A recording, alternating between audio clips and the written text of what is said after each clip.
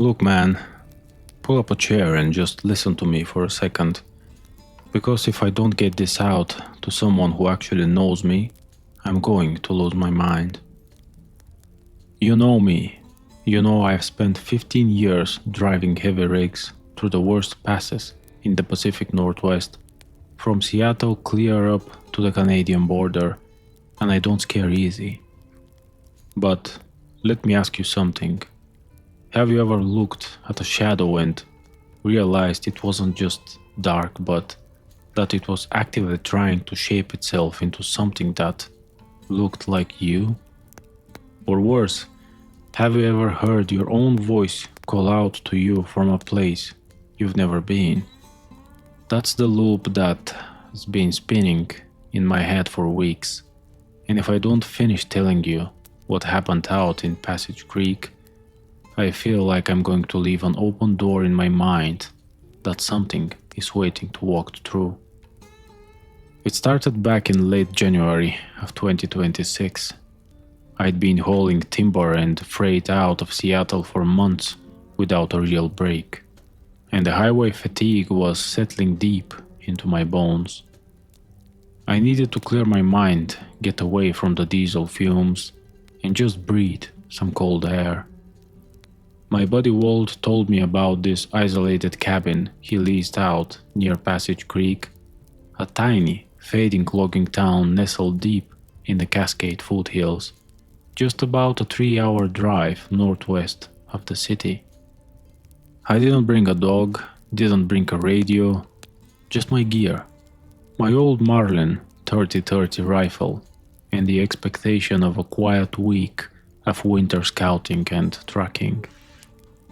The weather up there wasn't the picturesque powdery winter you see on postcards. It was that brutal, freezing Pacific Northwest rain that feels like needles against your skin. The sky was a heavy sheet of slate, bleeding water into the dense canopy of Douglas firs and hemlocks until the whole world felt waterlogged and grey. The afternoon I arrived, I stopped by the only local diner in Passage Creek to grab a thermos of black coffee and some gas. The place was practically a ghost town, save for a few old-timers sitting by a wood stove. While waiting for the diner owner to fill a pie box, my eyes drifted to a corkboard in the corner covered in faded, water-stained local flyers. Tucked behind a notice for a tractor auction were a couple of yellowed, brittle newspaper clippings from an old, local rag called the Foothills Ledger, dating back to the winter of 1984. The headline was stark: "Search called off for missing logging crew. Strange tracks found near Camp 4." The article described a frantic search for 3 experienced woodsmen who had vanished from their bunks overnight, leaving their boots, clothes, and loaded rifles behind. What caught my attention was a quote from a local deputy who claimed the only signs of a struggle were deep, heavy indentations in the mud that looked like a bipedal goat or deer, except the stride was over 5 feet wide. The locals called it the Shepherd of the Ridge, but the old-timers whispered another name when the wind picked up: the Goatman. I shook my head, thinking it was just typical small-town folklore meant to keep kids from wandering into dangerous logging sinkholes, paid for my coffee, and drove the remaining 12 miles up the mountain to Walt's cabin. The cabin was rugged, sitting on a high ridge overlooking a steep ravine where the trees grew so thick they practically choked out the daylight. By nightfall, the freezing rain turned into a thick, swirling mist that rolled off the peaks, swallowing the cabin in an absolute suffocating darkness. Inside, the only sounds were the crackle of the wood stove and the relentless rhythmic thwack of rain hitting the tin roof. Around midnight, a profound, unnatural silence dropped over the ridge.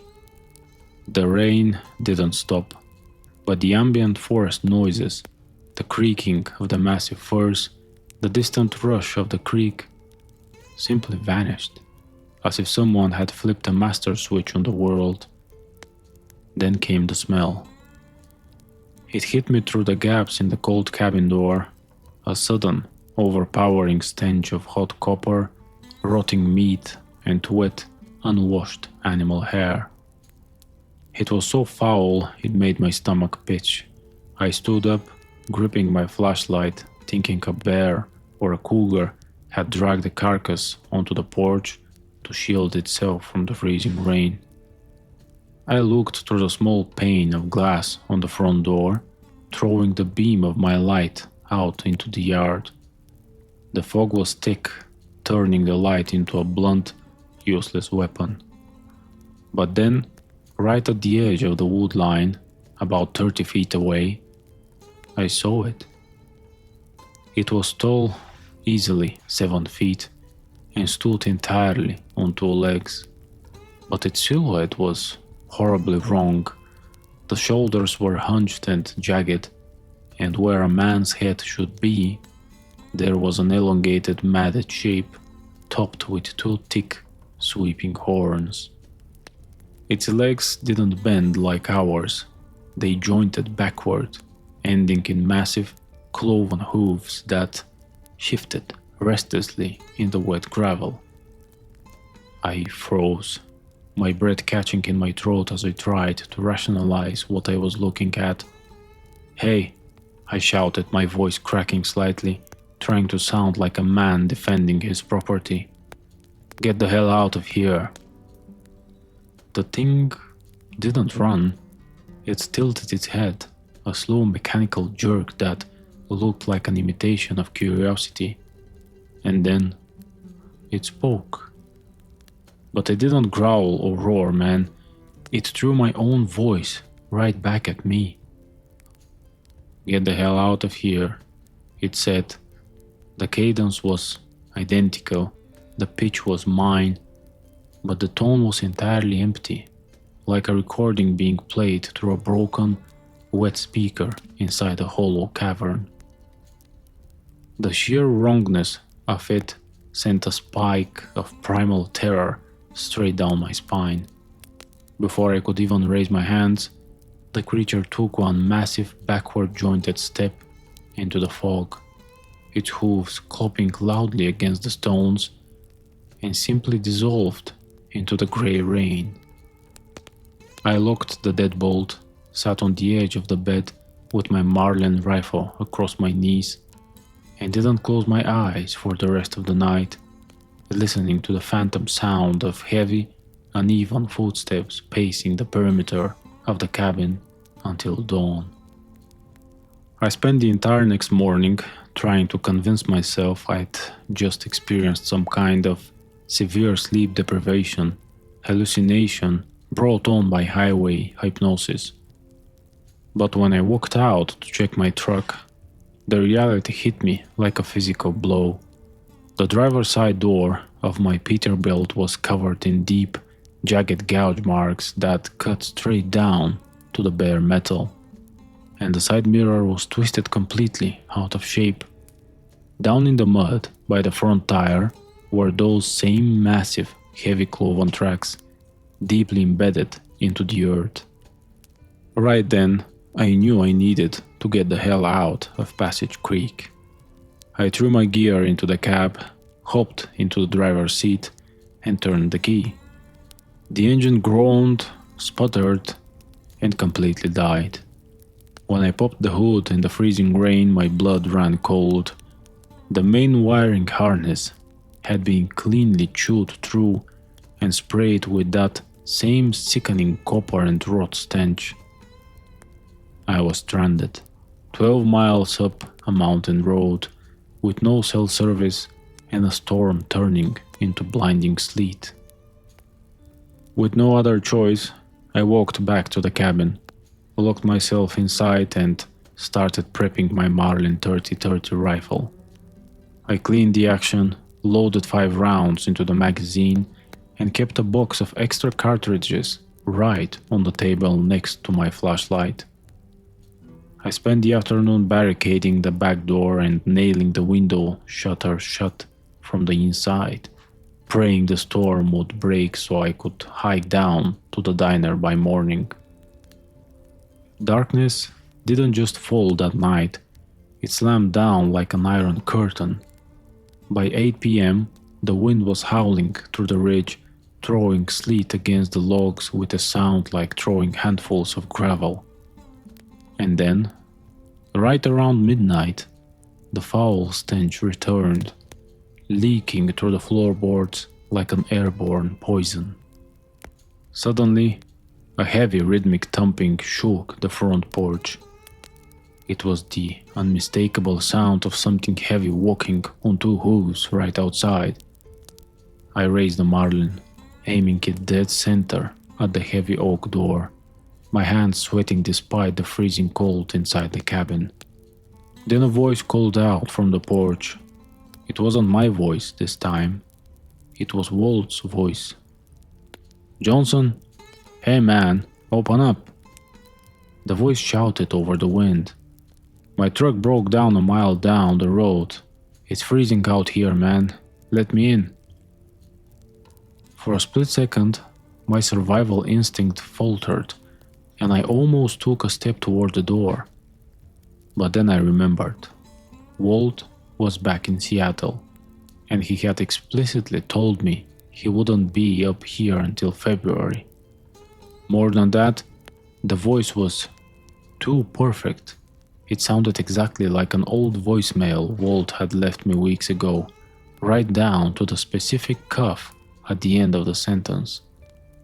It was a carbon copy mimicry, devoid of any real human emotion. "You're not Walt," I screamed, my voice shaking as I tightened my grip on the stock. "Get away from the door, or I will blow you away." The silence that followed was agonizing. Then the voice shifted. It morphed into a distorted, layered chorus of both my voice and Walt's voice, speaking simultaneously in an erratic, overlapping loop. "Get the hell out of here. Let me in. Open up." Before I could process the horror of it, the front door violently buckled. Something massive slammed into the wood with terrifying force. The iron hinges groaned, and the deadbolt splintered the wooden frame.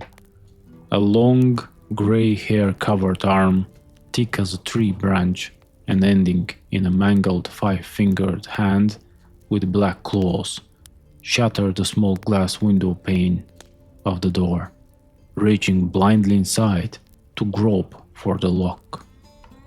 I didn't think, I just pulled the trigger. The roar of the 30-30 inside the cramped cabin was absolutely deafening.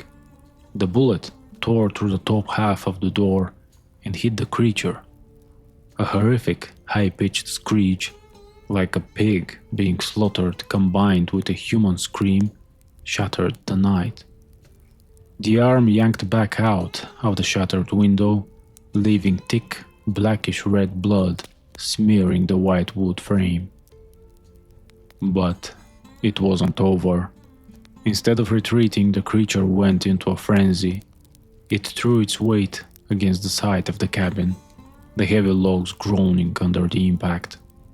I heard it scramble up the exterior logs with terrifying agility, its cloven hooves gouging the wood as it made its way onto the tin roof directly above my head.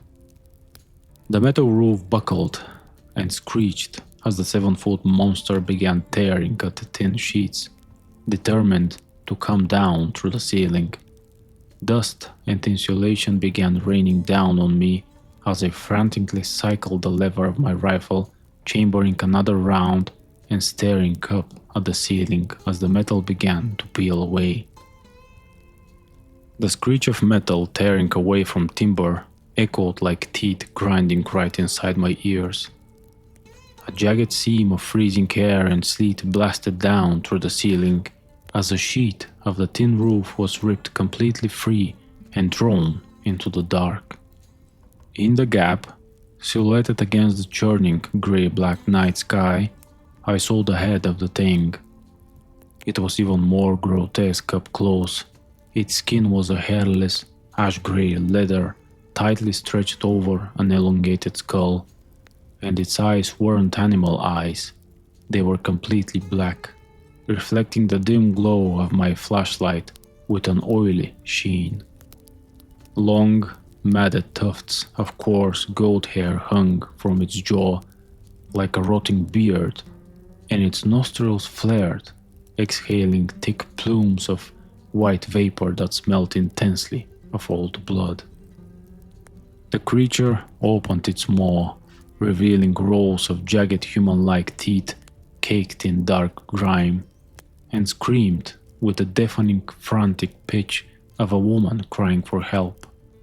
"Please, oh God, someone stop it," it wailed using a voice I had never heard before, likely another victim it had taken from these woods decades ago. The sheer psychological horror of that stolen scream nearly froze me, but survival instinct took over as its massive, clawed hand reached down through the rafters, snapping the wooden support beams like dry twigs. I threw the marlin to my shoulder, aimed straight into the center of that twitching gray face, and fired. The heavy 30-30 round hit hard, shattering part of its jaw and spraying the ceiling with dark, viscous fluid. The thing roared, a genuine, unmimicked sound of pure, demonic rage, and tumbled backward off the roof, landing with a sickening heavy thud on the muddy ground outside the cabin's side wall. I knew right then that if I stayed inside that cabin, I was dead. The roof was compromised, the front door was shattered, and the creature was wounded and furious. I grabbed my heavy winter coat, jammed the remaining boxes of 30-30 ammunition into my pockets, grabbed my flashlight, and snatched up a long-handled splitting axe from the hearth. I kicked through the broken lower panel of the front door and ran out into the brutal, freezing night, the sleet stinging my face like flying glass. My plan was insane, but it was my only shot.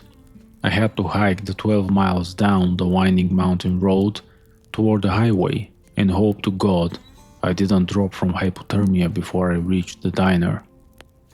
The mountain road was a pitch-black ribbon of mud and melting slush, bordered on both sides by the dense, suffocating wall of the Cascade Forest. I ran as fast as my boots could carry me, the beam of my flashlight bouncing wildly off the wet tree trunks, and the rushing torrents of runoff water. Every few hundred yards, I would stop, my chest heaving, listening intently over the howling wind and the drumming rain.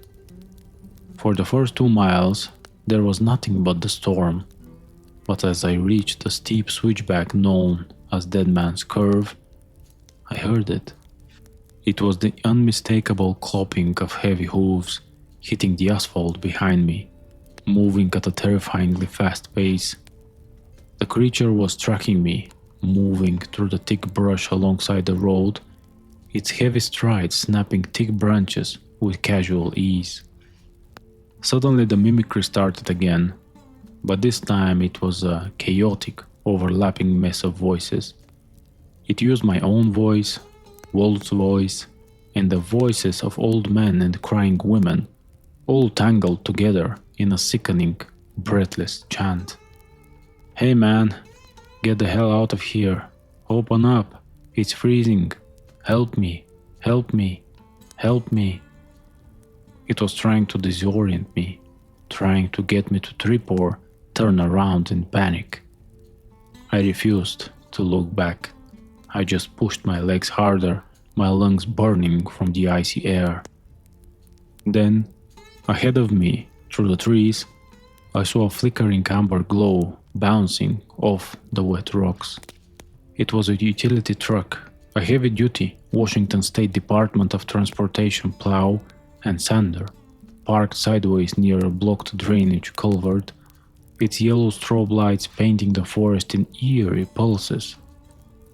A lone worker in a high-visibility orange jacket was out in the rain, frantically trying to clear a jam of logs from the culvert with a long iron pike. "Hey!" I screamed at the top of my lungs, sprinting toward him. "Get in the truck! Get in the truck right now!" The worker, a rugged guy in his late 40s named Miller, turned around, his eyes widening in shock as the sight of a man sprinting out of the dark woods carrying a rifle and an axe.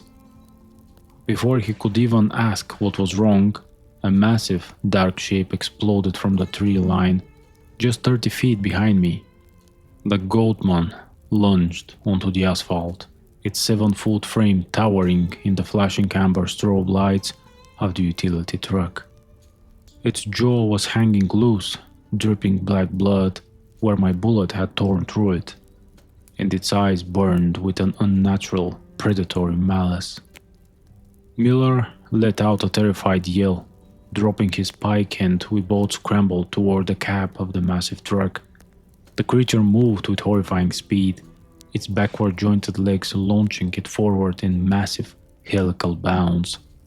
I reached the passenger side door first, throwing it open and screaming at Miller to climb over me into the cab. Just as Miller scrambled up into the driver's seat, the creature slammed into the back of the truck bed, shaking the entire 4-ton vehicle with a bone-jarring impact. "Get in the truck right now," the creature roared, throwing Miller's own panicked voice back at us from the truck bed. The monster crawled over the toolboxes, its massive cloven hooves scraping loudly against the steel plating, and lunged toward the rear window of the cab. Miller frantically fumbled with the keys in the ignition, his hands shaking so violently he dropped them onto the floorboards. "I can't find them! I can't find the keys!" he shrieked. The creature's mangled, 5-fingered hand smashed through the thick rear glass of the cab, glass shattering everywhere as it grabbed Miller by the collar of his heavy jacket, lifting him off the seat. Miller screamed, kicking wildly and trying to hold onto the steering wheel as the monster dragged him toward the shattered window. I didn't hesitate. I swung the splitting axe with everything I had left in my arms, driving the sharp steel blade deep into the creature's forearm. The axe bit deep into muscle and the bone, and the foul, hot, copper-smelling spray coated the interior of the cab. The creature shrieked, its grip loosening just enough for Miller to tear himself free and drop back into the driver's seat, gasping for air. I didn't waste a second. I grabbed my Marlin from the floorboards, shoved the muzzle right through the broken rear window against the creature's chest, and pulled the trigger. The blast inside the enclosed cab was blinding, but the heavy slug hit the Goatman point blank, blowing it backward off the hood of the truck bed and onto the wet asphalt. "Drive, drive!" I yelled at Miller, who had finally grabbed the keys off the floor. The diesel engine roared to life, and Miller slammed the truck into drive, stomping the gas pedal to the floor. The heavy, dually tires spun in the mud and slush, gripping the asphalt just as the creature began to push itself back up from the ground. Looking through the shattered rear window as we tore down the mountain pass, I saw the Goatman standing beneath the fading amber glow of the roadside strobe lights. It wasn't chasing us anymore. It just stood there in the freezing rain, its jaw hanging broken, watching us escape into the night. But right before we rounded the curve and lost sight of it completely, it opened its mouth one last time. Over the roar of the diesel engine and the howling storm, a voice floated through the broken window, clear as a bell, in my own voice, calm, quiet, and mocking. "See you on the road, Johnson."